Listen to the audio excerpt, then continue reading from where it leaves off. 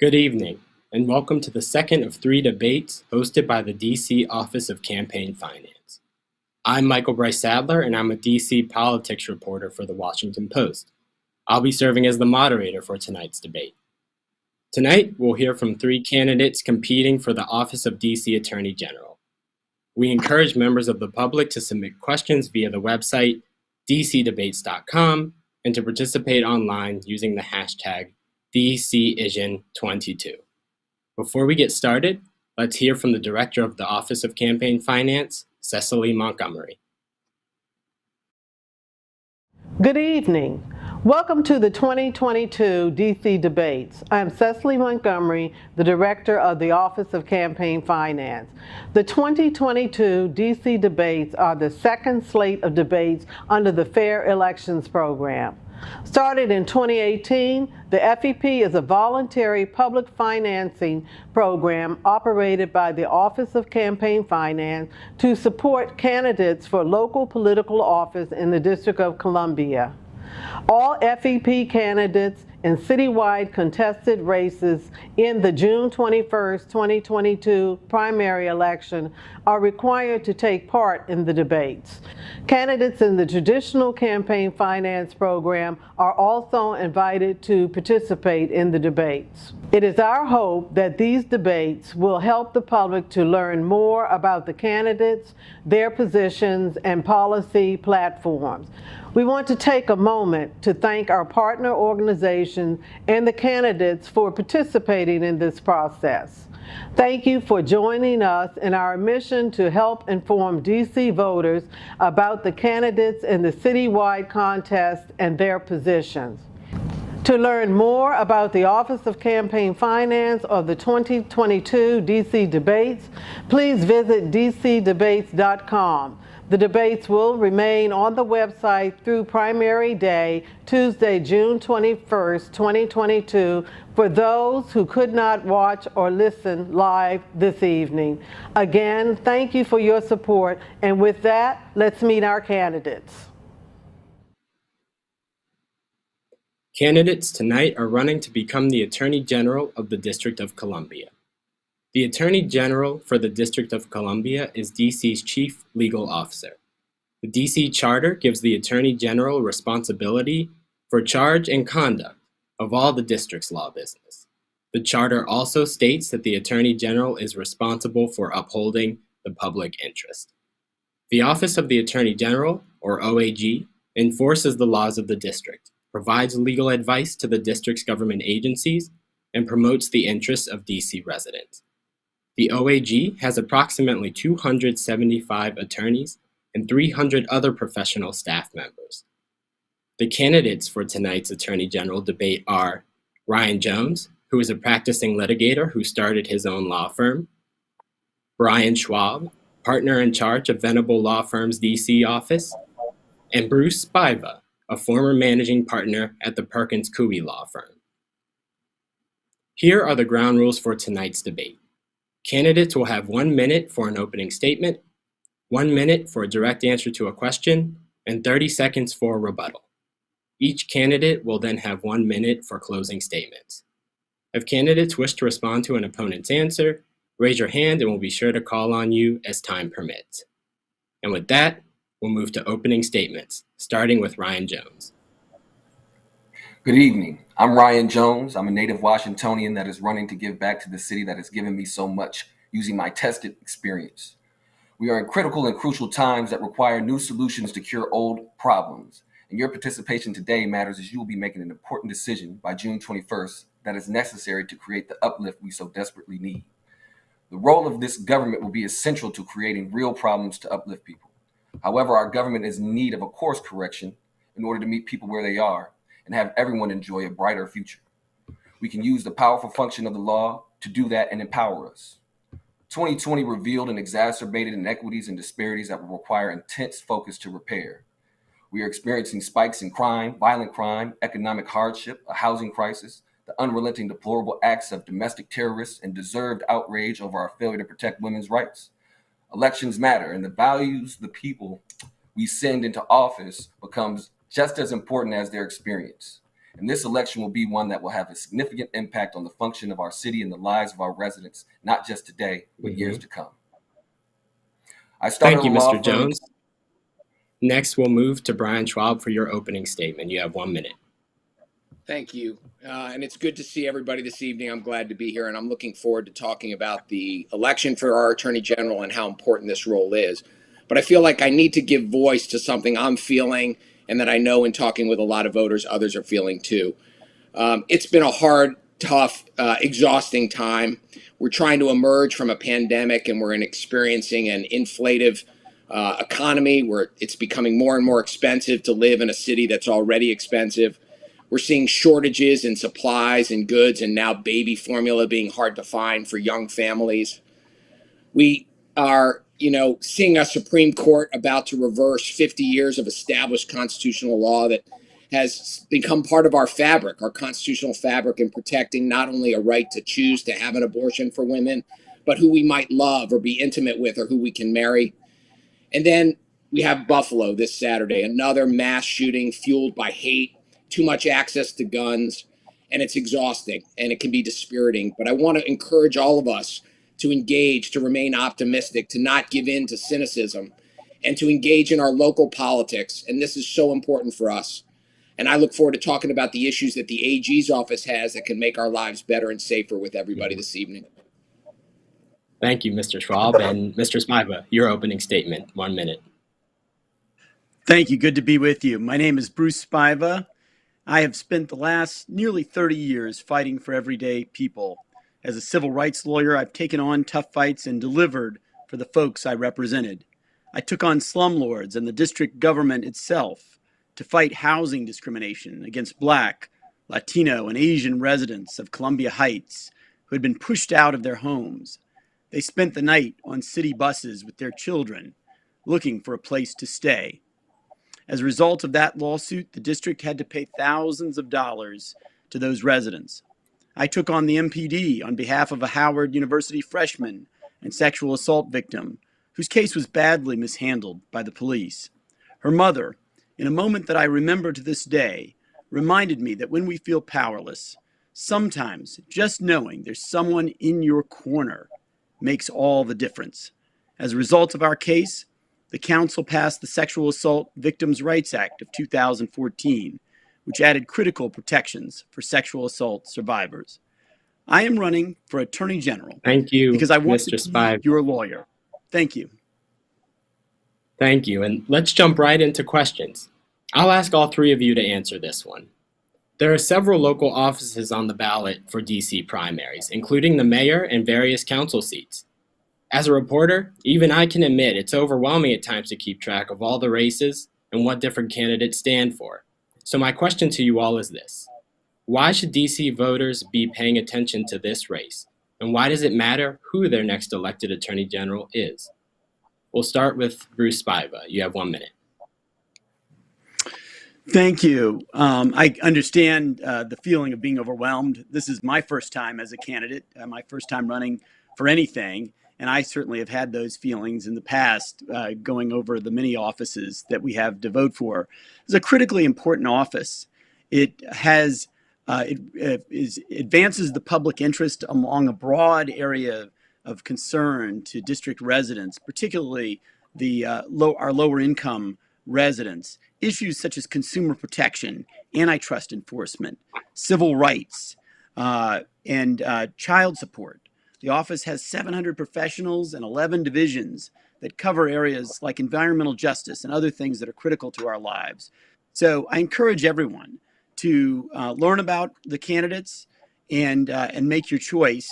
I submit myself, after 30 years of experience, advancing the very issues that are most pertinent to this office, that I am the best prepared to advance the public interest mission of the office. Thank you for that response. And Mr. Schwab, I'll go to you now with the same question. Why should DC voters be paying attention to this race? Well, all of us in aspiring to be the next Attorney General follow on the heels of our first independently elected Attorney General, Karl Racine. It was very significant for our democracy here in DC to have the right to vote for an Attorney General. As many of you know, it was previously an appointed position from the mayor. Having an independent elected attorney general is critical to our steps towards becoming a state, to having a first-rate law office that does the hard legal work to make our government work, to protect vulnerable people who are too often being taken advantage of, to fight for people, and of course, to be our chief juvenile justice prosecutor. The amount of the work is critical. The work every day requires years of experience and judgment. I bring that 30 years of practicing law, first at the Justice Department and then in private practice, in a leadership role in my firm. And I think that's why that experience, that leadership experience, is why our current Attorney General, Carl Racine, has endorsed me to be the next Attorney General, as has the prior Attorney General, Irv Nathan, and most recently, the Washington Post. It's experience, leadership, and independence that's critical. Thank you. And then we'll go to Ryan Jones with the same question. Thank you. This is an important role that everyone needs to be paying attention to, because when you're choosing your chief legal officer of the District of Columbia, you're using the enforcement arm. You're looking at someone who's guiding the government. You're putting someone in place that will have oversight of what the mayor's doing, what council's doing. And you need to put someone in place that has the moral compass to guide the district in the best direction. This is not simply another position that people can just take on lightly. Technical skills are important. I've been in and out of these courtrooms, honing skills, and I recognize where the fires reside. I know that people need access to justice, and courtrooms are the place where we can get that done. And you need a legal mind that's sharp, that has a vision for the future, to make changes not for right now, but for years to come. And going into the courts and taking on important battles on behalf of our residents is critical. And you want to send somebody that has the gravitas, that's been doing the work, all scales of work, into that office. Thank you, Mr. Jones. Next question. DC is unique in that it does not have full control over its own criminal justice system because it is not a state. For example, under the current system, while the DC Attorney General's office prosecutes juvenile offenses and adult misdemeanors, a federal entity, the U.S. Attorney's Office for DC, prosecutes most adult crimes. If DC were to achieve statehood, what would your approach be to expanding the office's duties, and would you use any other state AG's office as a model? And we'll start with Brian Schwab. Well, thank you.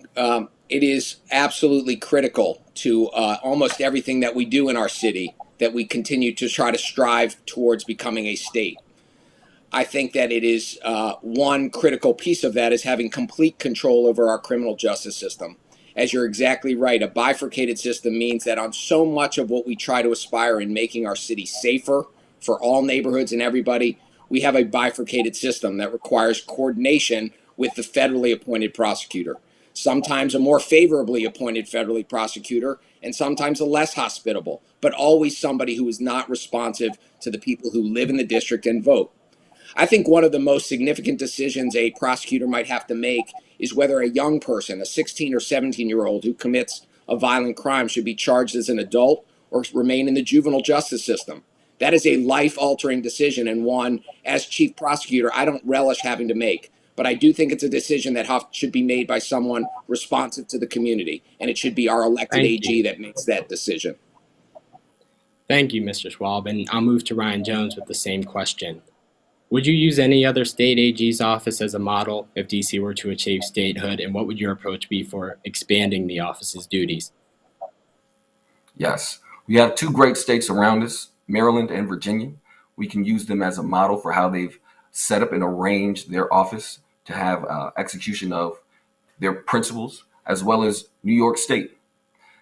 We look at the federal system and we recognize that when federal laws are violated, that is always going to fall into the hands of federal prosecutors. We recognize that DC Superior Court is an Article 1 court, which has that federal jurisdiction, but we practice there.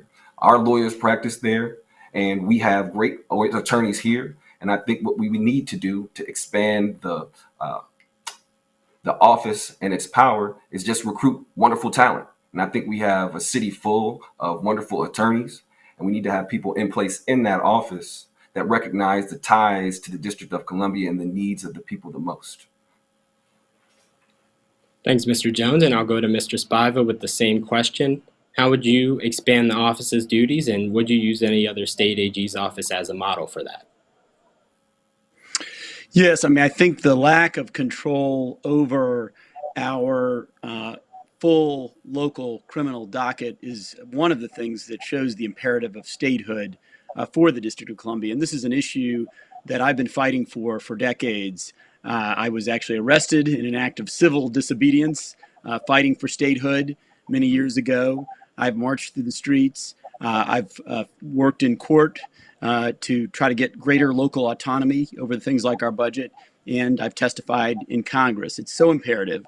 It's also imperative that we get control over our adult felonies because you can't fully reform a system and you can't control a system that you don't control. And so that is so necessary.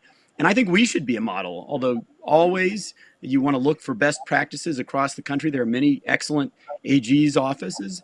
We are and are becoming and can be even better still a model for other AG's offices. And so I would seek to do that, but always look to learn from other AG's offices as well.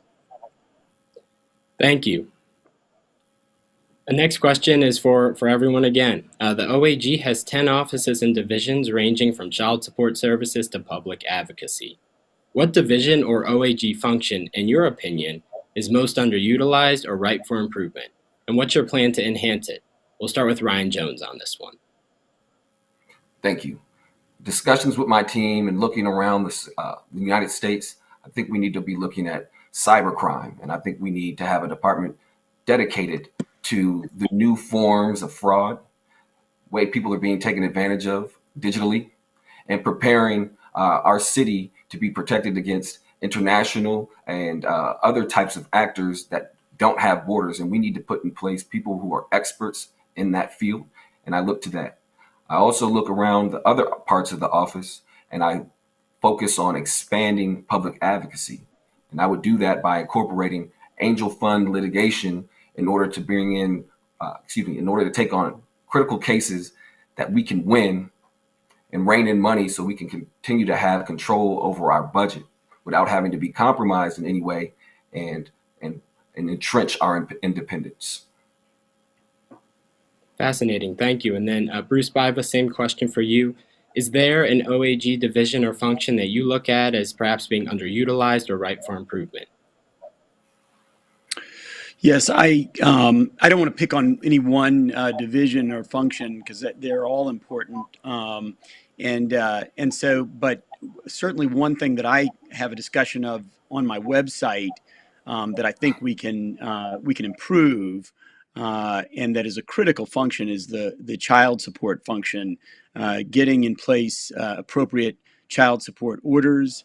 There's also authority to help the non-custodial parent meet their child support obligations by helping them with things like job counseling and the like. And so I think that's a critically important program. It is an anti-poverty program. And so that's something that I would put a lot of focus and priority on. But there are many others that are also important. And certainly through my years of public service, fighting for environmental justice, fighting for consumer protection, antitrust enforcement, and the like, I'm well prepared to provide guidance and to further the public interest in those areas as well. Thank you. And Brian Schwalb, is there any division or OAG function that you look at as ripe for improvement or that could be expanded or is underutilized?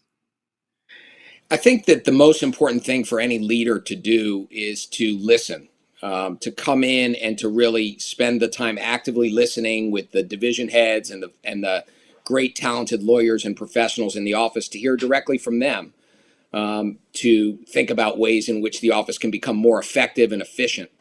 I do think there's some things that I would like to see the office do. One is a more reinvigorated community engagement arm, where the AG's office is actually physically out in the community, listening, being present, sharing information, sharing trends, and hearing also from the community directly. I think that there could be an enhanced focus in the office on traffic and traffic violence, being a convener with respect to some of the enforcement tools that the AG has with respect to speeding and reckless driving and drunk driving in our city. I'd also like to see the office have a renewed focus on entrepreneurial and small businesses, discriminatory barriers to entry in terms of building wealth through business ownership. Thank you. And the next question I have is for Mr. Spiva. I would be remiss if I did not bring up one of the more dramatic moments in this election cycle. You challenged the qualifications of AG candidate Kenya McDuffie, which the DC Board of Elections upheld, causing him to be removed from the ballot. The DC Court of Appeals further upheld the Board of Elections ruling. Kenya McDuffie has suspended his campaign. Since then, my colleagues and I have heard from DC voters who were upset by the fact you brought the challenge. My question is as follows. What would you say to those voters to get them to change their minds about you? And what do you say to those who feel like they lost out on a chance to decide who was the most qualified with their vote? 1 minute. Well, first, let me say that I brought the challenge because I thought that although a very dedicated public servant and a good person, that the council member didn't meet the legal qualifications for the office, and the court and the Board of Elections agreed with me. But I'm looking forward now to making my case for why I am the most experienced and best prepared to carry on the public function of the office. And I'm reaching out to Councilmember McDuffie's supporters. I understand that feeling of frustration. I've lost cases before in my career, and I've had personal disappointment. So I definitely understand that. And there's certainly no sense of celebration in my mind or in what I'm saying about that. As I said, the council member, I think, has been a good public servant. But I'm now looking forward to the rest of the race. And sometimes as Attorney General, you have to make tough decisions and you have to take a stand before they're decided. Taking a stand after the decision has been made is not leadership.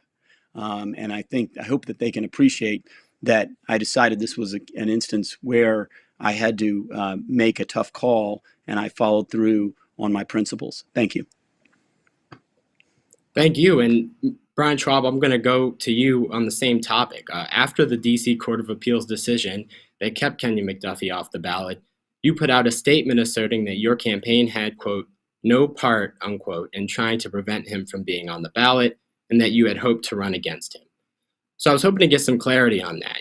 Were you supportive of the challenge when Mr. Spiva filed it, or were you against it, and why? I was not supportive of it. I was aware of the argument, the legal argument that could be made, and in fact, the legal argument that was ultimately accepted. And I recognize that that is now the established rule. But I do think one of the things about being the Attorney General is recognizing that you have to exercise judgment about when certain arguments are raised, even arguments that can be won, because there are collateral impacts associated with the exercise of judgment in making arguments. We don't necessarily want or need an Attorney General that makes every argument just because he or she thinks it's a winner. I think we need somebody who exercises judgment. And that's what I did in the campaign in terms of recognizing that while there may have been a tactical advantage to raising an argument, I exercised my judgment not to make it. I got into this race thinking primarily I needed to make my case as a first-time candidate to the voters, to explain to the voters why I thought what I brought to this race in terms of experience and qualification and independence and leadership made me the most qualified candidate. And I was prepared to make that case to the voters, and I still am. Thank you. Mr. Spiva, would you like to respond to Mr. Schwab? Just briefly, the time to make that argument would be before the Board of Elections and the Court of Appeals had made its decision. To wait until the argument was over and then to make that statement, and Mr. Schwab is my friend, but again, that's not leadership. And so I don't think it's divisive, though, to raise an issue of qualifications that the council put in place and that the people passed for a reason. Again, taking nothing away from Councilmember McDuffie. I think he's a very good person, and I think he's done a lot of good things on the council. But I believed, raised in good faith, and it was confirmed that these legal qualifications were not met. Mr. Schwab, 30 seconds of rebuttal if you want it. He said that your statement after the fact was not leadership. Well, I disagree. I was clear in the sense that I wasn't making an argument, a technical argument to the Board of Elections. I was making the argument to the voters. I was making the point that while the statute has certain minimum qualifications that require for the AG, that the discussion with the District of Columbia should be who is maximally qualified to be our Attorney General, and that a discussion about minimal qualifications was a distraction. So I was taking a position. I wasn't waiting. I just wasn't advocating an argument that Mr. Spiva chose to make.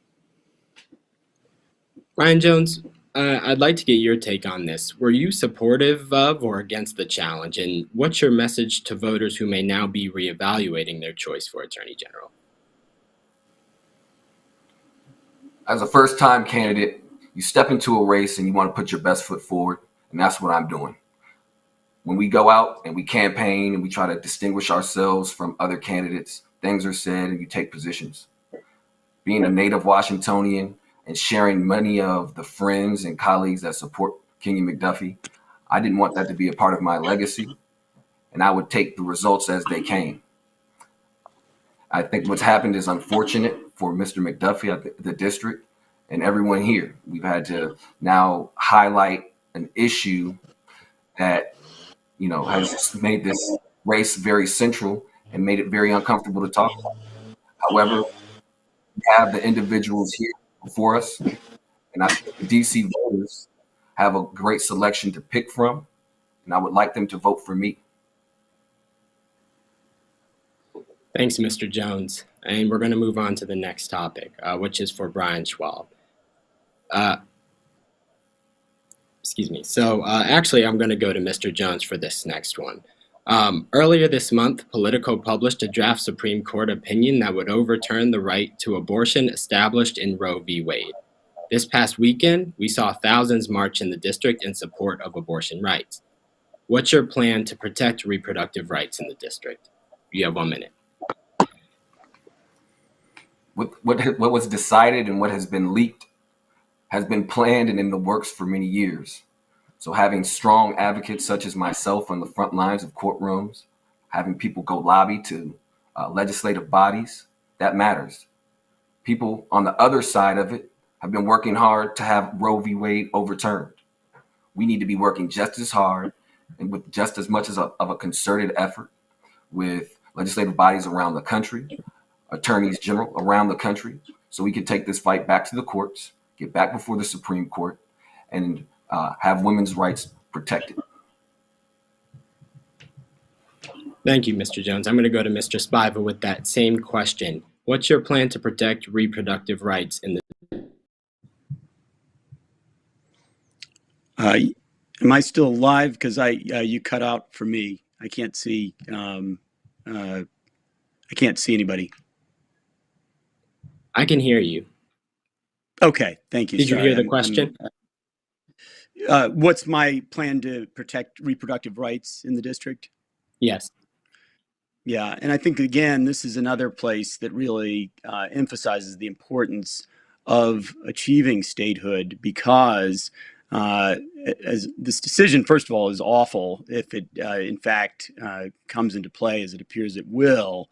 But it's especially awful for the people of the District of Columbia, and particularly the women of the District of Columbia, because the Congress does and often has interfered with our own local laws. And so if there's ever unified control of the Congress and the presidency by Republicans, we can be sure that they're going to go after our right to choose laws.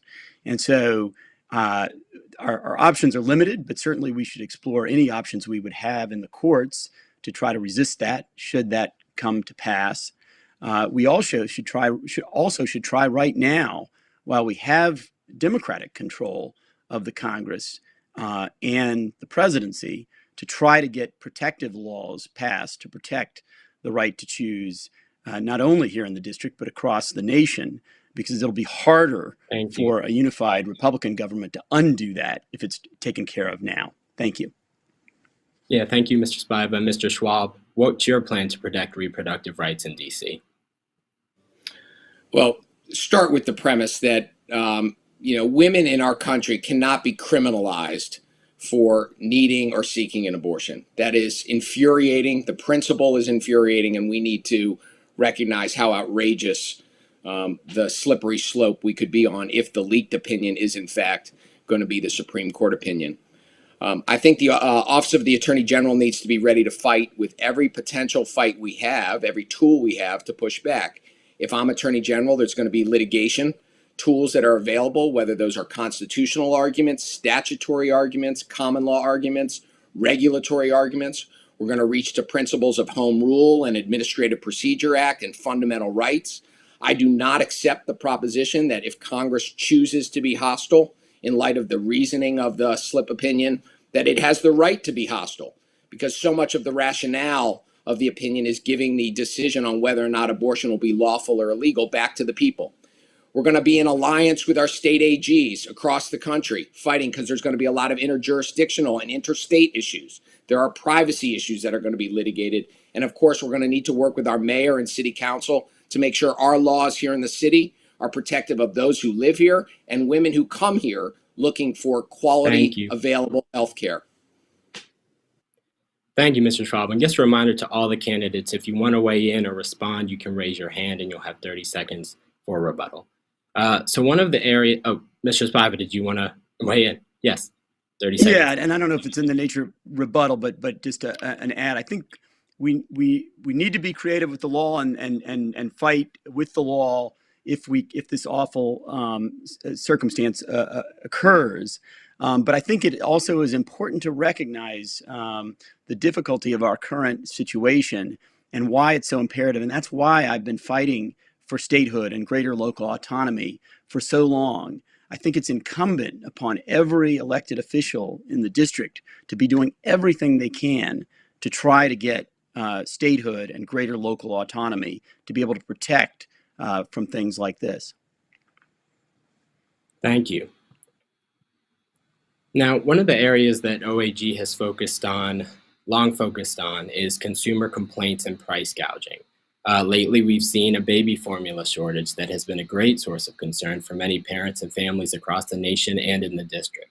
So what's your strategy to defend DC consumers when these types of shortages of essential supplies occur, including hoarding and price gouging? Mr. Schwab, I'm going to start with you on this one. Yeah, whenever you have market conditions like we are facing with scarcity and supply chain issues, and you have a situation where some people can try to take advantage, it's ever more important for an attorney general to be vigilant and looking to protect the people who live here in the District of Columbia, who shouldn't be forced to pay more for baby formula or gas or masks or medicine simply because of somebody trying to take advantage of a shortage of supply. Our consumer protection laws are strong in the city. We have rules and laws that need to be enforced effectively, and that's what I think I will do in leadership of the Office of Attorney General with the talented lawyers in the Public Advocacy Division, is aggressively bringing claims under our consumer protection statute that holds people accountable when they seek to profit on people who are in vulnerable positions. And you hope to do it aggressively with meaningful sanctions and teeth to change behavior and send a message that that type of predatory behavior is not acceptable in our city. Thank you. Mr. Jones, do you have any different view on how you would approach hoarding and price gouging? We're watching that new phenomenon happen, especially through the pandemic. And I think the best strategy will be to work with other enforcement bodies to ensure that no one is hoarding and then trying to resell on the market to make a profit. And we have to protect our consumers as we are charged to do as attorney generals. I think litigation is slow, so we have to get out in front of it and take preventative measures from that happening. And what does that look like? We have to be creative in order to do so. And I look forward to having the opportunity to do it. Mr. Spiva, where do you stand on this? What would you do to prevent hoarding and price gouging, especially in a situation like we're seeing now with baby formula? Well, I would go after companies that were guilty of that, of true hoarding or price gouging. We have laws against that. We have consumer protection laws, and we have anti price gouging laws. And what I would say again is, I formed my own firm to do this kind of work, to fight for consumer protection. I've litigated cases under the DC Consumer Protection Procedures Act. I have litigated antitrust cases involving issues of monopoly pricing.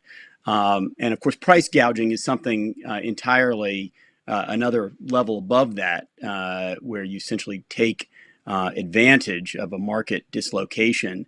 And so I'm well prepared to take action where we find evidence that's going on. Thanks to all three of you for your thoughtful answers on that question. And now we have a timely submitted question from Dean Lewis, who writes, how will you ensure an environment in the district where racism is not tolerated? What can be done to ensure a situation like the one that happened in Buffalo this weekend doesn't happen east of the Anacostia River? Brian Schwab, I'll start with you on this one. What's your response? We are seeing a rise in hate, in vile hate, white supremacy, homophobia, Islamophobia, anti-Asian hate, anti-Semitic hate everywhere.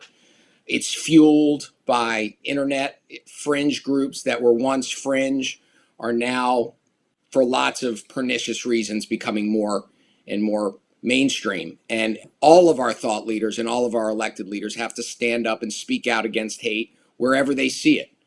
And stand on the side of the right things. There's no two sides of this question. There aren't fine opinions and fine people on both sides. Hate is wrong, and we need to continually stand up against that.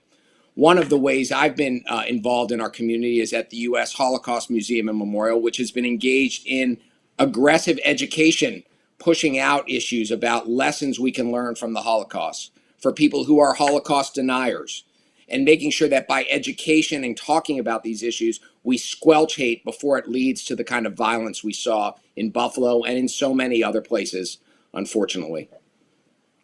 Thank you, Mr. Coleman. Of course, hate crimes was an important cause for A.G. Carl Racine as well, remains an important cause for him. Mr. Spiva, what would your response be? How do we make sure that what happened in Buffalo doesn't happen east of the Anacostia River? What measures or actions would you take? Yeah, well, first we need to recognize where this latest epidemic of hate and violence springs from. Of course, we have a long history in this country of this kind of racially motivated violence, including a long history of lynching and other crimes against people of color and as my friend said, people of the Jewish faith. And people, our LGBTQ plus population. But right now, what's so troubling is this is stemming not only from former President Trump, but from the statements of so many in the Republican Party fueling this hate and their enablers on Fox News. And so we're up against something, a very serious wave of encouragement, in essence, with the types of rhetoric, the replacement theory that we're seeing by what used to be a respectable political party and is no longer at this point. And so we need to, enforce and strengthen our red flag laws. So when we have somebody who's mentally ill and or has shown a propensity to danger, as it appears the shooter in Buffalo had, that we can get their guns from them. We need to strengthen our gun laws as much as we can within constitutional bounds. Thank you. And Ryan Jones, the same question for you. What do we do to ensure what happened in Buffalo doesn't happen in DC? You hate hate. You look at this situation and you recognize it's historical in nature and it's not a political issue. We have to disband hate where it is. You use the law office of the Attorney General's office to go after these folks where they reside and try to catch them early, try to take on lawsuits that hit them in their pockets, hit them where it hurts, and don't allow them to have the resources to exercise this hate. I think this is a greater issue, And I think we need laws to protect African Americans. They need to be on the books from a federal level and local level. We need to do that with other protected classes of individuals so that we eradicate a culture of racism and hate in this country, which has been going on far too long, which is a part of the reason why I'm running for Attorney General, if not the main reason. Thank you, Mr. Jones. And now we're going to pause the debate and take a 5-minute break. We'll see you all back at 7:53 p.m.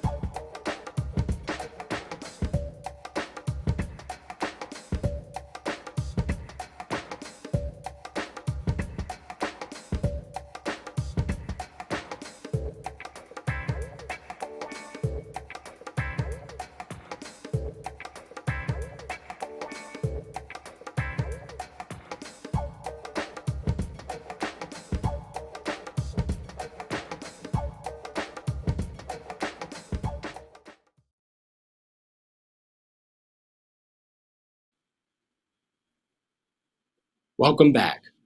I want to take a moment to reiterate the ground rules for tonight's debate.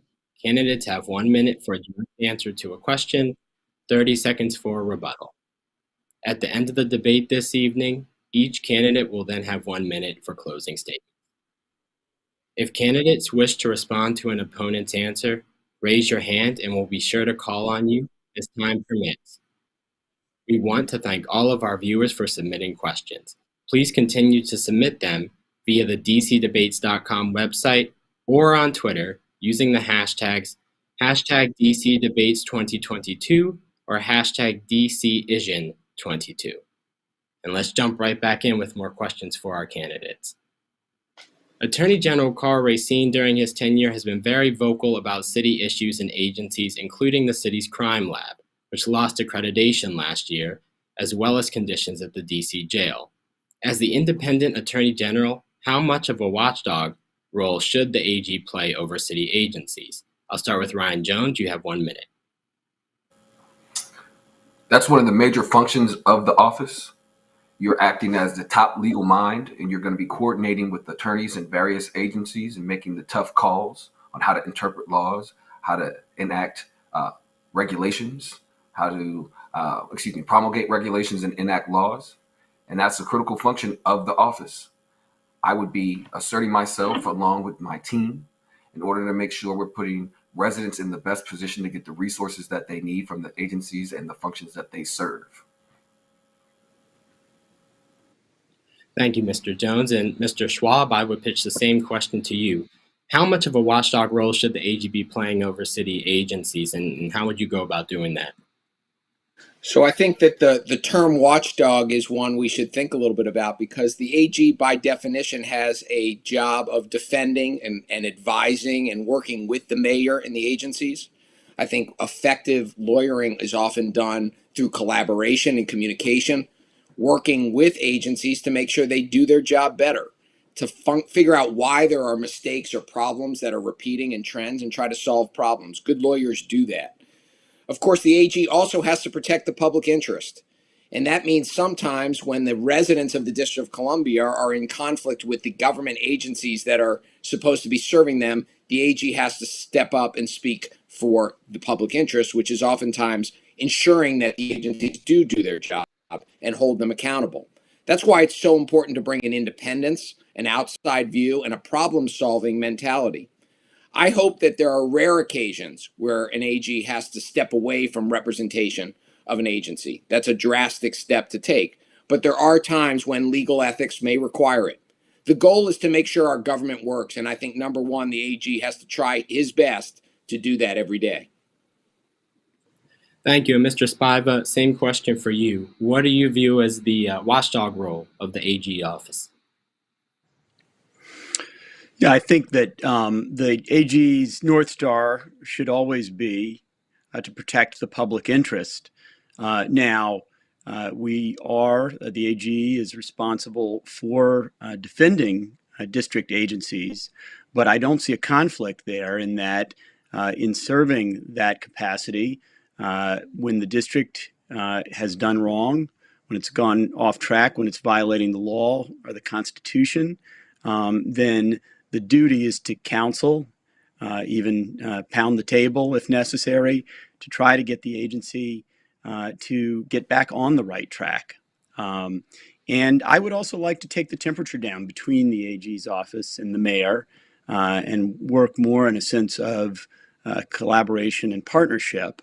And walking away from representation truly would be the last resort. I can understand the frustration that might sometime lead someone to want to do that, but there is a cost to that, because then you lose your seat at the table and your ability to effectively pressure the agency to make things right. Yeah, and why don't we stay on that topic? Because Attorney General Karl Racine in December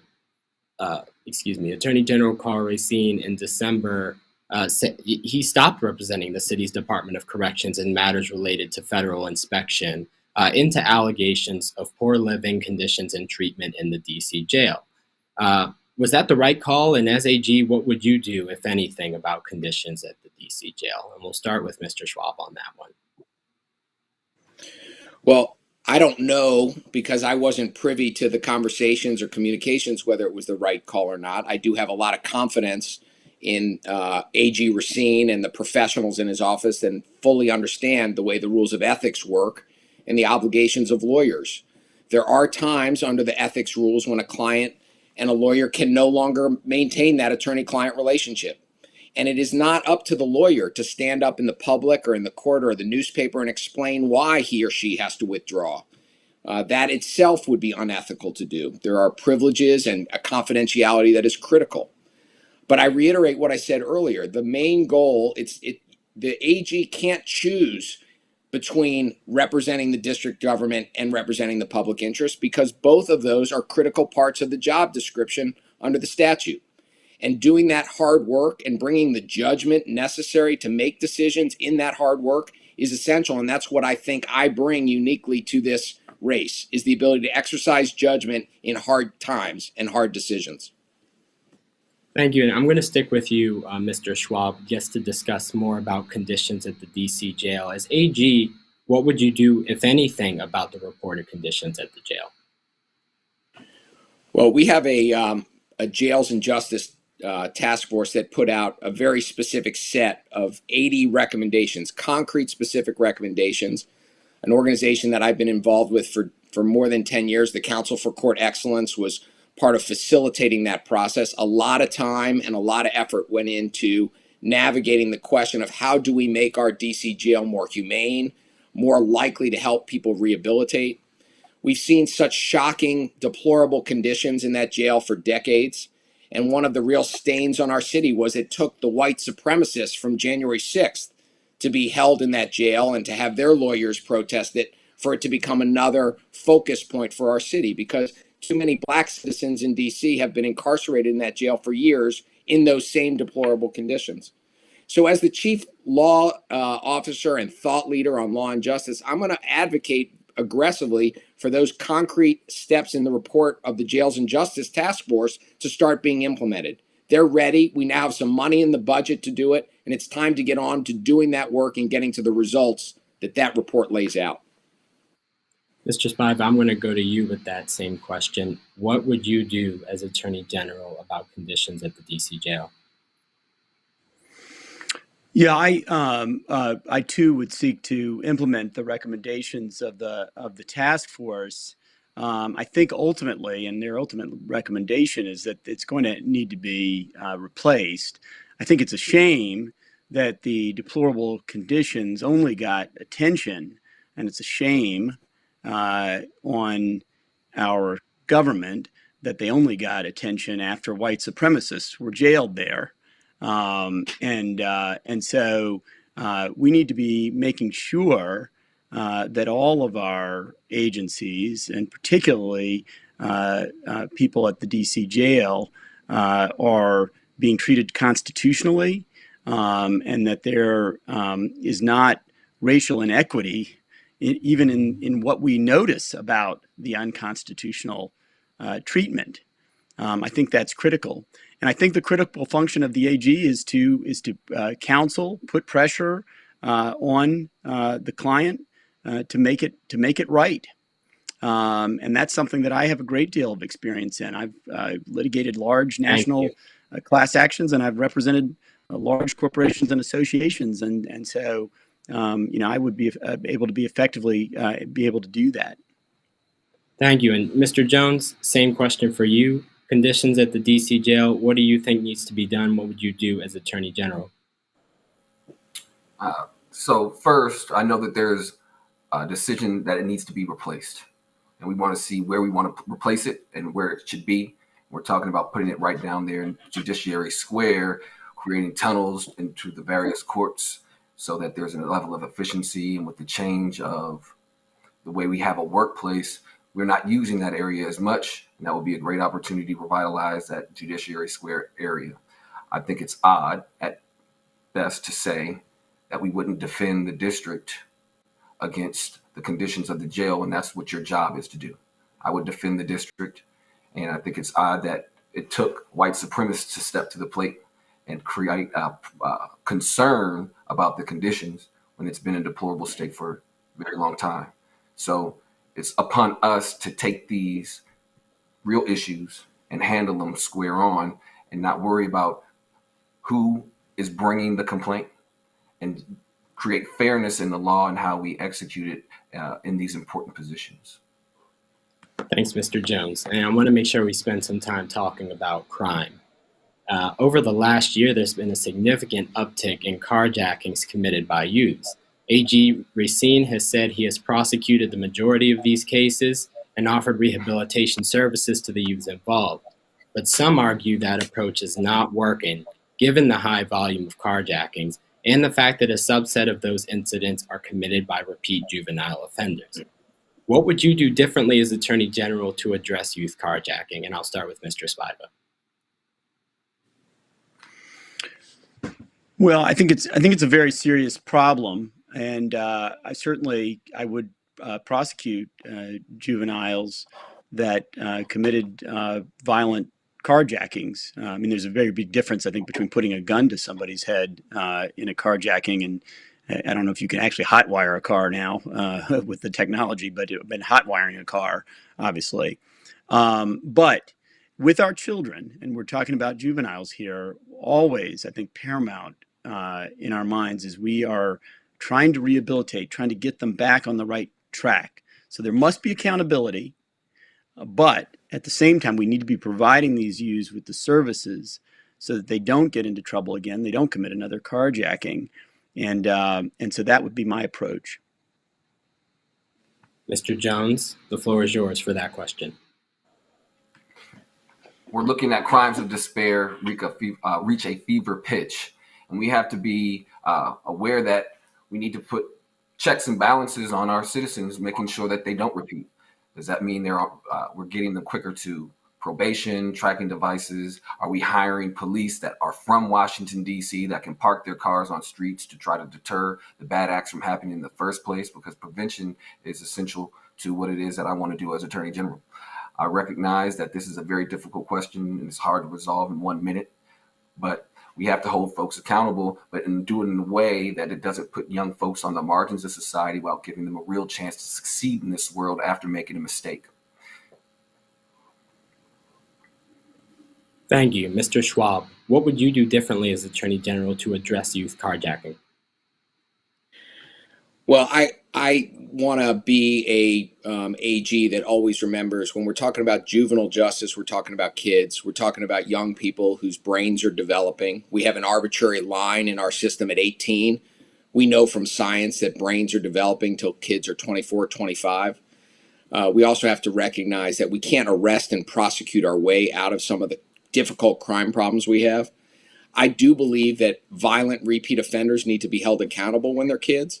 And we need to make sure that when we are holding them accountable, we're giving resources to absolutely help them with mental health and trauma and job training and finding a way to become hopeful again. But we also have to be careful about the political nature of talking about juvenile crime. The stats don't bear out the notion that we've had an uptick in juvenile crime. In fact, last year of all arrests made, only 7% were of kids. And the notion that kids are doing repeat carjackings is a little bit misleading when, in fact, oftentimes these cases, whether they're by adults or kids, are very hard to prosecute at the U.S. Attorney's Office or at the AG's office, given the nature of the evidence. And we should talk more about this because sometimes politics telescopes down an issue that's much more complex and it gets politicized. And you know who gets hurt in that? The kids. And that's something that, as AG, I'm going to really stand up and against, even if it's unpopular. Thank you, Mr. Schwab. And I want to get to a submitted question from Jacqueline LeBain.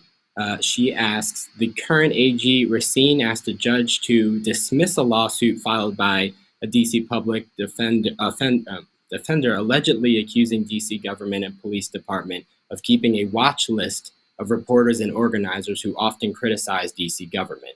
Would you support such a watch list? And how do you as AG expect to listen to those who criticize your office and work with them to create real solutions?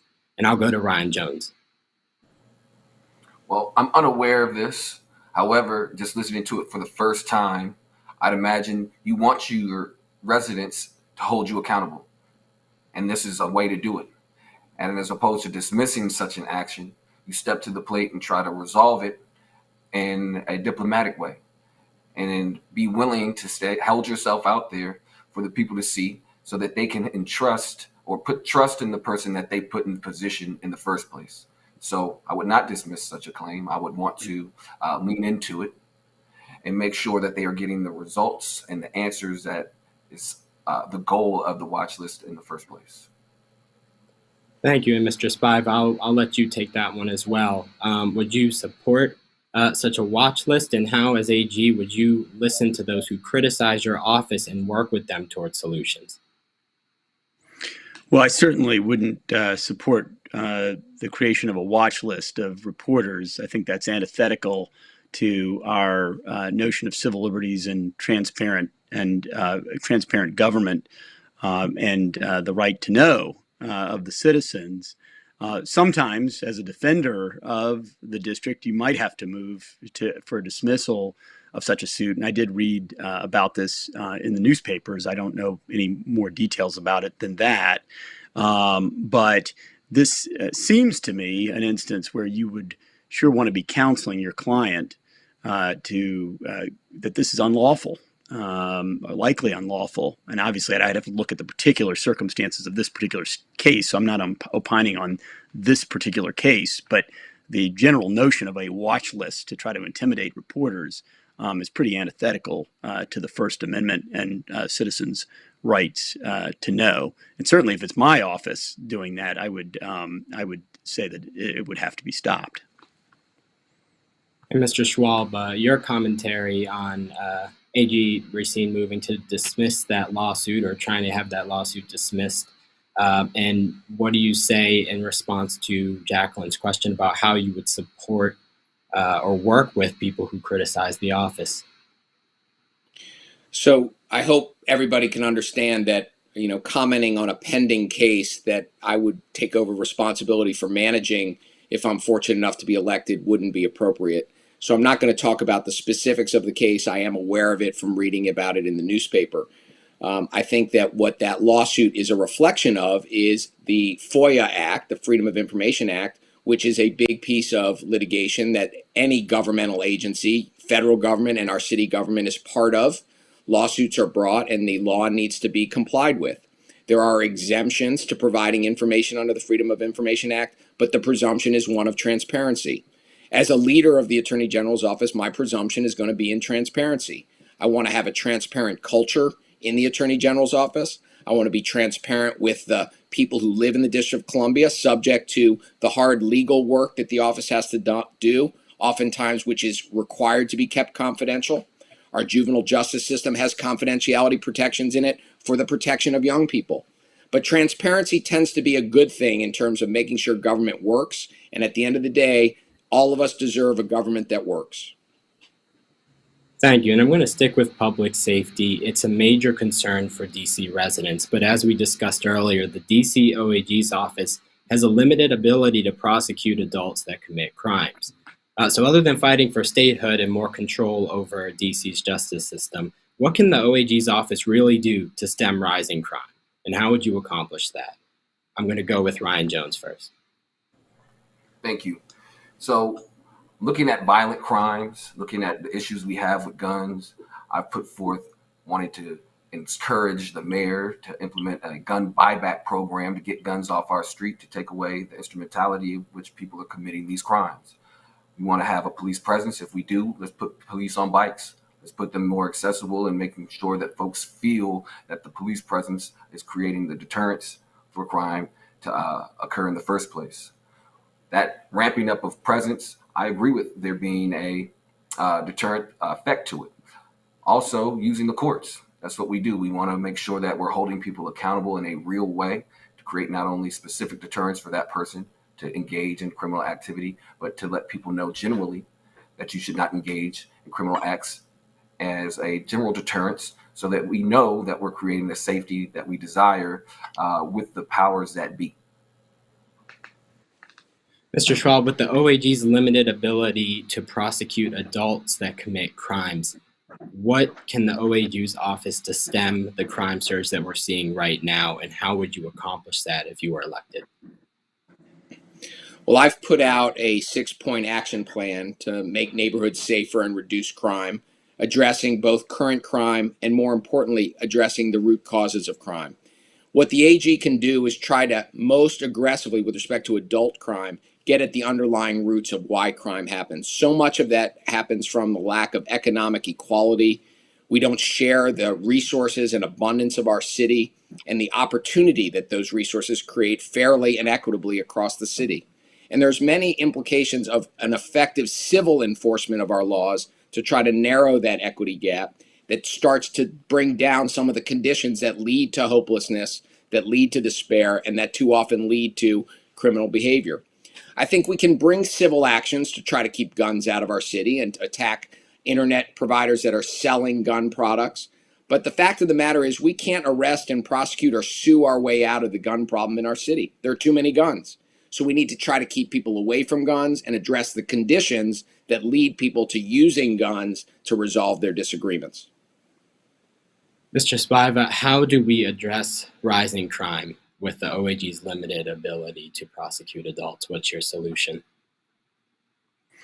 Yeah, I think, first of all, I understand the fear, and particularly, it's not so much a rising crime problem, but in some of our areas, and this disproportionately impacts areas east of the river, our communities are understandably under fear from what has been a consistent level of violence.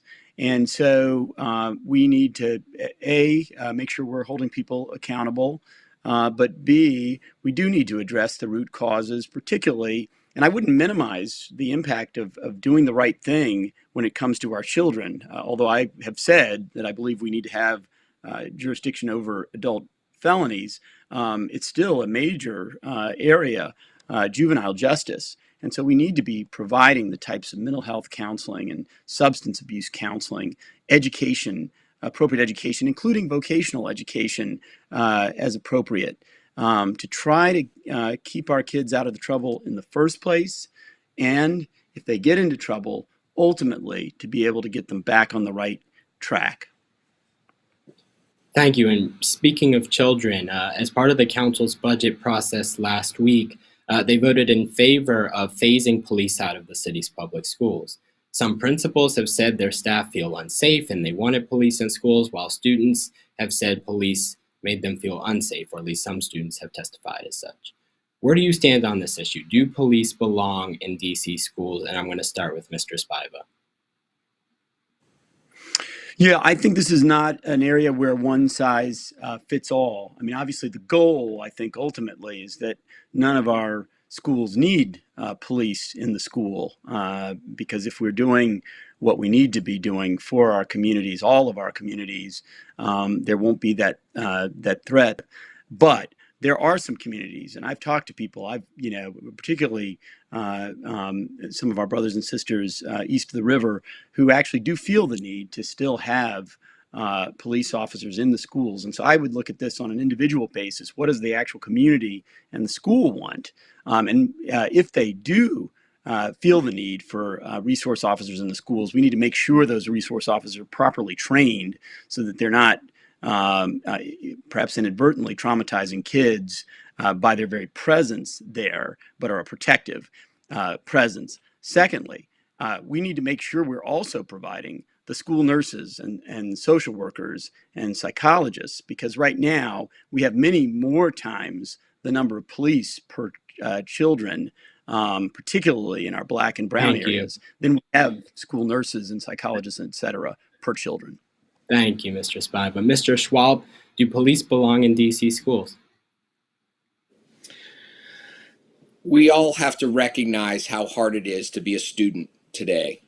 Coming out of the pandemic in particular, in the best of circumstances, kids have had a hard time learning and remaining engaged, even when they have good internet and quiet spaces to learn and supportive parents. For so many young people, the pandemic has pushed them further behind in school, or worse, has pushed them out of school, and that creates a lot of risk. Kids can't learn when they're afraid. Kids can't learn when they're traumatized, and kids across the city are suffering as a result of the pandemic.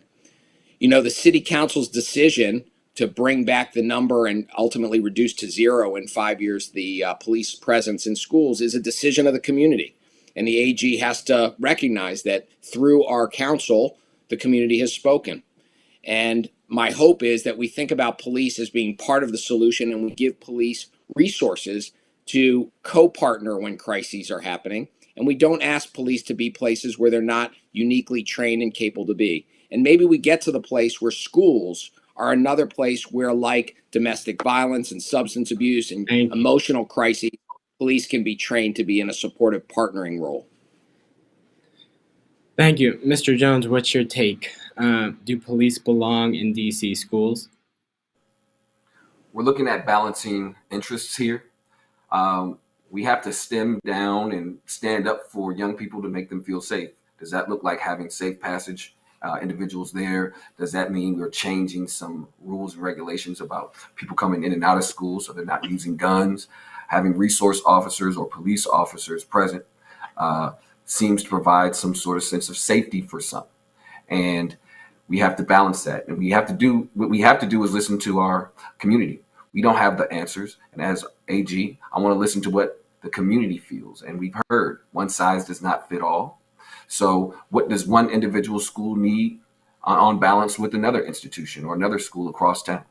And we need to provide people what they need for their current positions or conditions so that we're responding effectively to what's necessary and not creating a situation where everyone's just getting a reactionary service and putting people in place where they need to be effectively out front. Thank you. Sticking with crime here, there's been so much talk about DC's various programs to prevent violence without involving police, including the Cure the Streets program out of the Office of Attorney General. But even with millions of dollars spent annually on these interruption and prevention programs, violent crime continues to be a significant issue in the district. So how does Cure the Streets specifically need to be improved upon, and how would you do it? We're going to go with Mr. Schwab. So remember, Cure the Streets and violence interruption is part of a holistic approach to addressing crime. The idea is that if we can interrupt cycles of violence, and really where the violence interrupters are coming in, that moment of potential retaliation after a gun violent event happens, to get to the people involved to try to prevent the retaliatory cycle that fuels so much violence. So they do play an important role. They don't do it by themselves. And of course, the argument that we're spending millions of dollars on this and continuing to face violent crime doesn't prove the point that they're not working. Because, of course, the violent crime might be much worse if we don't have them. We have to recognize that while we are having a spike in violence in DC, so are communities all across the country, urban, suburban, and rural. We're not unique in this, so we're looking for solutions. One place I think we need to focus is to make sure the collaboration and what we're learning in Cure the Streets is filtered through a communicative process with what we're learning through building blocks and ones and some of the good work that the mayor's office is doing. There isn't a one-size-fits-all, and Cure the Street has a unique model. We need to look at the data and see what's working, and we need to communicate with one another to be in this together as a team to tackle a really, really tough problem. Mr. Spiva, how would you improve Cure the Streets, and what's your response to people who are concerned about interruption and prevention programs and their effectiveness? I think it's really too early to say, how effective it has been, but it certainly has shown promise. The National Institute of Criminal Justice Reform has said that we are resource rich in this area, but that we're coordination poor because, as my colleague alluded to, the mayor's office also has a violence interruption program. And so I would work to try to coordinate these programs better. I believe in a culture of constant evaluation of all of our programs, including the violence interruption programs. That includes data, but some things are difficult to measure based on quantitative data. So we need qualitative evaluation as well, because you can't prove how many shootings didn't happen because of the existence of the program. So I'm generally supportive of these violence interruption programs. If anything, I think they probably need to be expanded, but we certainly need to evaluate. We need to have a culture of constant evaluation and reevaluation and tweaking. and coordination, better coordination. Thank you. And I'm just going to stick with you on that, Mr. Spiva. You mentioned the resource rich and coordination poor quote. I actually mentioned that at the mayoral debate last night. Should there be any consideration given into just consolidating some of these programs, for example, the program out of the mayor's office and Cure the Streets? Well, certainly, I think it should be considered. I'm certainly not going to take a position tonight and say that it definitely should be consolidated. Sometimes there are advantages to having separate programs that function uniquely and maybe try to go at a problem a slightly different way. But certainly there should be evaluation of that and hopefully coordination so that we're not reinventing the wheel or tripping all over ourselves. But I wouldn't be prepared tonight to say that they definitely should be consolidated. And in general, I think that the idea, and by the way, it's not true that there's no data anywhere, right? Because we know from what's going on in Oakland and Philadelphia and other cities that have had these programs longer than we have, that it actually has resulted in fewer violent crimes. So I think there's reason to be hopeful here, but to be prepared to evaluate, tweak, coordinate. Mm-hmm. And Mr. Jones, what's your assessment of Cure the Streets and the city's violence interruption and prevention efforts as a whole?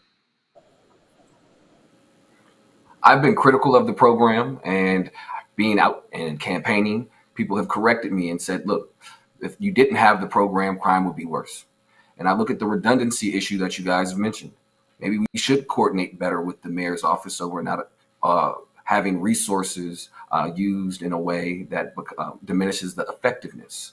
So I would look at seeing if there's any redundancy that we could eliminate and also enhance the effectiveness of the program. And I look at Cure the Streets not just as going out and dealing with the youth. We might need to look at the role of government in the issues that children or adults are having in violent crimes, and see if violence interrupters can work with the police and prosecutors to eliminate crime from happening that stems from those interactions as well. Thank you. And I've noticed there hasn't been a lot of back and forth during this debate. So I'm going to try something that worked well yesterday in the mayoral debate. I'd like to give you each the opportunity to ask one of your opponents a question that they would have 1 minute to answer. So I'm going to start with Mr. Schwab. Feel free to ask any of your opponents a question.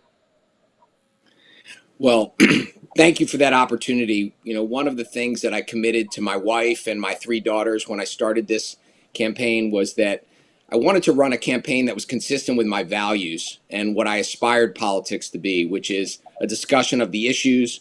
I want to say that to both Bruce and Ryan, this campaign has been enjoyable, even though we've spent a lot of time talking about issues. I've got a tremendous amount of respect for them. And so sometimes this type of question is intended maybe to become a little more divisive, and I'm committed to trying to avoid that. So without completely ignoring your question, let me ask it this way. Assume when this election is over, Mr. Jones and Mr. Spiva, and it will be over, I promise to pick up the tab. You tell me, where are we going for beers?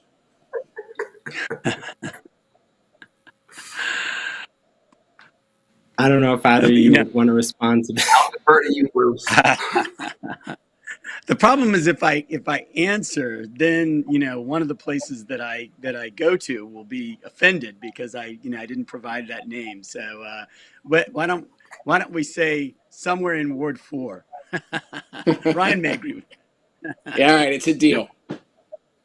This may very well be the most diplomatic debate I've ever seen. Mr. Spiva, would you like to ask one of your opponents a question? Well, I think you would have to question my judgment if after such a magnanimous question as that from my friend of 30 years, I were to turn around and try to put a real zinger to him or to Mr. Jones, who I also admire. So I think I'm going to take a pass as well. I want to focus on what I bring to the table and why I think I would be the most effective and a very effective proponent advancer of the public interest in the job. But I think my opponents also have strengths that I admire as well. Thank you. Mr. Jones, would you pass this a question? Yeah, I'm going to punt on this. My colleagues know I have a great deal of respect for both of them, and I'm not going to join the party of trying to make this divisive. So I just want to keep it highbrow, keep it on the high road, and aim high and give the residents the best opportunity to see who's best for them in the long run. Well, then I'll try to stick with that theme and point out that many people I've spoken with who follow this race have observed a lot of similarities between the three of you in terms of what you stand for, even some of your visions for the office. And you expressed clearly some of those similarities today, all agreeing not to ask a question of your opponent. So what position, idea, or policy separates you, Mr. Schwab? I think that we need to focus on what I'm bringing to the job. I alone was at the Department of Justice. I came back to D.C. after law school and a clerkship to join the Justice Department during the Clinton administration. I know what it's like to be in the public sector enforcing the laws. And I stood up at the Justice Department for the United States, just like I and the people working for me will stand up for the District of Columbia. I've got a wide breadth of legal experience. I've certainly tried lots of different cases. I've tried death penalty cases in Alabama and represented clients who were the victims of excessive force from our police. But I've also tried complex commercial and real estate and civil cases. And the practice at the Attorney General is multivariate. It requires a broad array of knowledge and experience and the judgment that is learned over that course. I've spent a lot of time in leadership, leading and training and mentoring and recruiting lawyers. I know how to teach and bring teams together. I'm independent. And I, importantly, am a fair election candidate. And I think that is a very important distinguishing factor when decisions are being made about who people will vote for. Thank you. Appreciate that. And to Mr. Spiva, I'd like to give you the opportunity to weigh in, as you're the only candidate here that is using traditional financing over the city's fair elections program. That decision has drawn some criticism. So what was your calculus in doing that?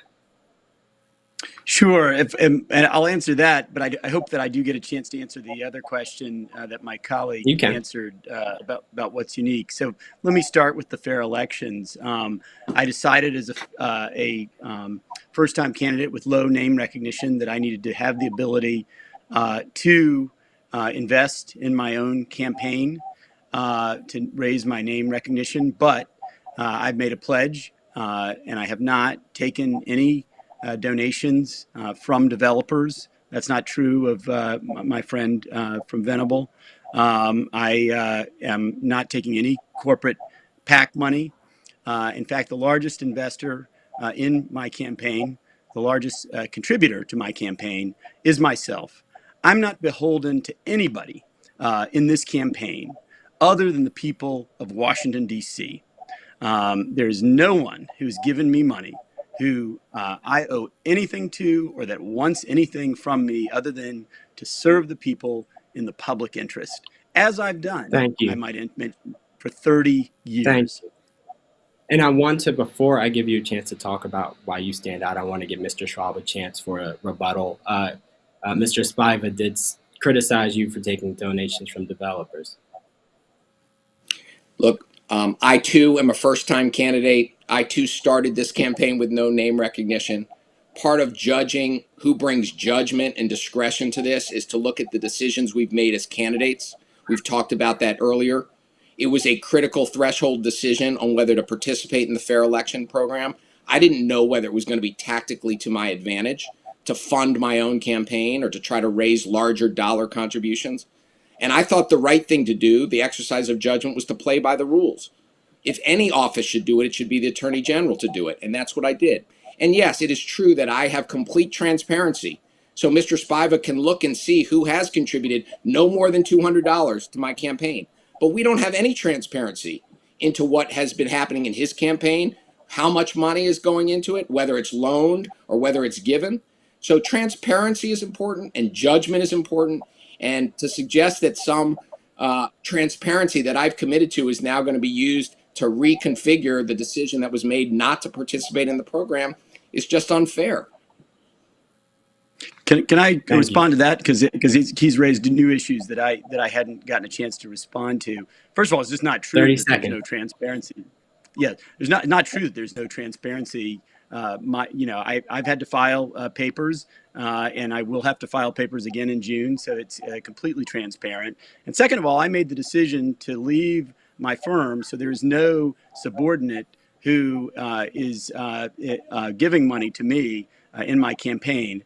That's not true of Mr. Schwab, who still sits as the managing partner of the DC office of his firm. The only money I've given to my campaign is $200. My wife and I. That's the only money that has come from me, and I haven't put hundreds of thousands of dollars in. So, the notion that there's a false equivalency. We both started as first-time candidates with no name recognition, having committed our lives to the practice of law, and one of us chose to participate in the program, and one didn't.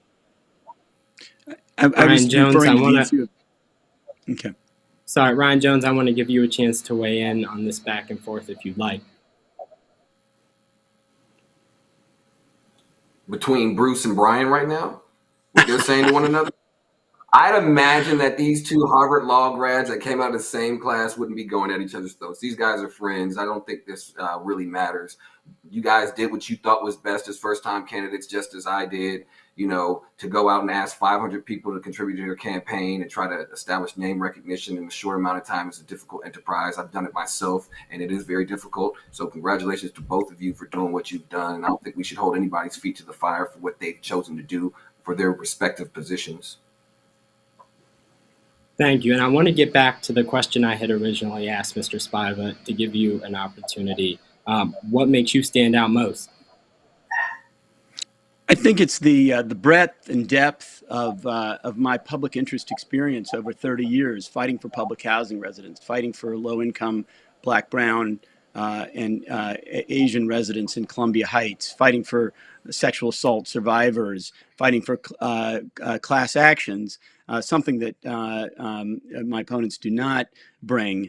I, on the other hand, have all of and the experience that my friend talked about and more. I have not only tried cases all over this country in a wide variety of areas, mainly in the public interest, including voting rights. I also have had an active appellate practice, arguing in many of the circuits around the country in the United States Supreme Court. I also have been the manager of a large office. I've also founded and maintained my own firm, fighting for the public interest, and also sat as a member of the executive committee, the governing body of Perkins Coie, a firm of over 1,200 lawyers and over $1.1 billion in revenue. I have the judgment and the vision, born of experience, to lead this office and to forward the public interest while doing so.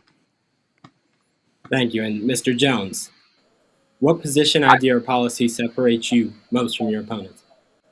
Look, I decided to run because I knew there was a need for change in leadership. We need new visions. We need new bold leaders to step to the plate so that we don't continue to see the problems that we've seen for so long. When I talk about myself and what I've done in my career, it is unique. When I started my law firm, it put me first chair in a lot of matters. I've been in federal district court. I've been in DC Superior Court, civil, criminal, family, probate, landlord-tenant, smalls claims. I've been in the Court of Appeals where I've been successful, the Office of Administrative Hearings, taking on hundreds of cases there on behalf of district employers and residents. I know where the fires reside in our courts that affect DC residents the most. And I started to run, or I decided to run, in order to cure those problems. I differentiate myself from my colleagues in that I have a trajectory that's upwards in this legal sphere. And I have new ideas for how the legal practice should go from here, given the plight that we're currently in with the pandemic and the practice of law changing right before our eyes. Thank you, Mr. Jones. And we've reached near the end of our program. We're going to ask one more question. So AG Carl Racine has gone after the Trump administration quite a bit. I wanted to ask you all, are there ways DC needs to stand up to the federal government right now? Mr. Schwab, I'll start with you on that. I think we need to make sure we're advocating to our federal government right now to recognize, if not statehood, and candidly, I don't think we have the votes, like the line from Hamilton, you don't have the votes. It is a political question, and while we need to continue to advocate it, we also need to push our federal government for greater expansion of home rule, for more control over our budget. The redefinition of a Child Act is pending, and that too would expand some of the very important decision making that our voters and the people who live in DC will have over control over their lives. I think we need to push for more control over how we get our judges on the Superior Court and the Court of Appeals. We don't need a federal process. Our mayor could nominate, and our city council could approve judges. Being down the number of judges we have is a real problem in terms of making sure our justice system works. And when our justice system doesn't work, our democracy is at risk. So those are ways in terms of expanding home rule that I think as AG, the work needs to be done immediately. Thank you, Mr. Schwab. And Mr. Jones, are there ways you feel DC needs to stand up to the federal government? We talk about what we didn't receive during the pandemic. How do we advocate for our city who is being taxed while not having representation? That's a saying that's stained in our membranes as people who are from here seeing that on our license plates. We need to see that change. We need to see it be the 51st state. We need to speak it into existence. The federal government should not be using the district as some sort of testing ground for ideas for people who are putting forth ideas from other jurisdictions like Texas. We need to have control over our laws without interference from the federal government. However, we do significantly rely on that operation. It is a part of our ecosystem, and we should have a more collaborative experience. However, it's going to take a lot of hard work, tireless effort on behalf of our leadership, and I will do just that. There's no one thing that I can point to, but when these issues do occur, I will be on the front lines taking them on. Mr. Spiva, I'm going to go to you with that question as well before we get to closing. What does DC need to stand up, or are there ways DC needs to stand up to the federal government right now? Yes, I mean, the federal government, in addition to the ways my colleagues mentioned, continues to interfere with our ability to implement through appropriate regulations our marijuana laws, and so we need to stand up to that. We also need an attorney general who has been involved in these fights for decades, because it gives you a creative mind and leads you not to be overly cautious. Budget autonomy is a good example of that. That was a fight that I was involved in 10 years ago, where we were able to achieve a degree of budget autonomy through a referendum. Unfortunately, we had to fight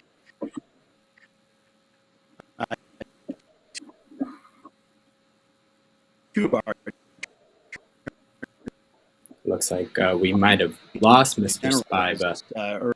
Irv Nathan and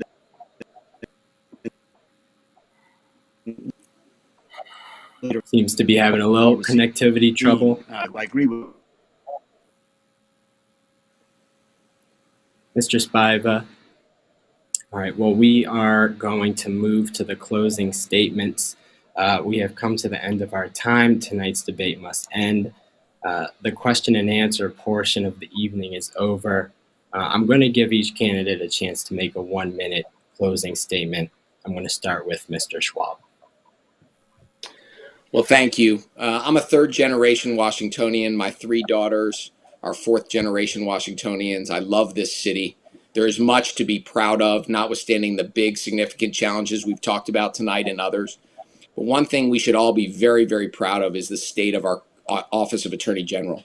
We are recognized across the country as one of the premier state AGs anywhere in terms of the quality and the talent and the issues that have been taken on and successfully litigated and advocated. I'm very proud that our current Attorney General, Carl Racine, our first independently elected Attorney General, has endorsed me, as has the prior Attorney General, Irv Nathan. Irv Nathan was the last appointed Attorney General, and Irv Nathan and Carl Racine approached their jobs very differently. But the fact that both of those gentlemen, who probably know better than anybody in the city what it takes to do this job, to be ready to do the job, to have the judgment and independence to do the job on day one, have supported me, is something I'm very proud of. I'm very proud that the Washington Post has endorsed me. And I'm hoping that the voters on June 21st will also support me and support my run to be our next Attorney General. And thank you. Thank you, Mr. Schwab. And we're going to Ryan Jones next for your closing statement. You have 1 minute. Thank you. I started this campaign in order to create a change that we so desperately need. My legal experience has given me the proper experience needed to properly address the issues confronting the district today and the Office of Attorney General. We need new thoughts. We need new leaders. We've experienced the hardships of a system that hasn't worked. We need to rewire the system to uplift and empower people. I represent that, and I want to do that for you as your attorney, the chief legal mind for the district government, so that it meets people where they need it the most. When I talk about myself, I only do it to give people the confidence to know that I have the requisite skills to do this. I've represented people in order to be a social engineer in the district. I've represented people, Fortune 100 companies and high-profile individuals such as a former U.S. cabinet member when confronting significant legal issues in our courts, all in preparation to succeed on day one for all residents in the District of Columbia. I'm running for us. We deserve a fighter. I just happen to embody the thought capital and values of who we need right now to fix these wrongs for better, brighter DC for all. Thank you, Mr. Jones. And Mr. Spiva, you have the last word. 1 minute. Thank you, and I apologize for my connectivity problems. You know, a great Washingtonian, Frederick Douglass, once said, "Power concedes nothing without a demand. It never did, and it never will." When we see injustices, we must never walk away. We have a moral obligation to fight, to try to change it. That is the reason we were put on this earth. And that is why I want to be your Attorney General. I will wake up every morning thinking about how to make positive change for everyday people. These are not aspirations that came along for me during this election season. I've got a lifelong record of fighting for the people and winning. So if you want a leader who is the most experienced and best prepared, based on what I've been doing the last 30 years, to lead an office of 700 professionals to fight for the people, and if you want a leader who is willing, when necessary, to walk up the rough side of the mountain and face the heat of the day for you, and to inspire others to join us, send me. I'm ready and eager to do the job and to achieve results for the people. I ask for your support and your vote. Thank you. Thank you, Mr. Spiva, and that concludes our debate. To learn more about how to vote in this election, visit dcboe.org, and remember to visit dcdebates.com to watch this debate and others in their entirety. Thank you to all of our candidates, our community partners, and the Office of Campaign Finance for hosting tonight's debate. Good night.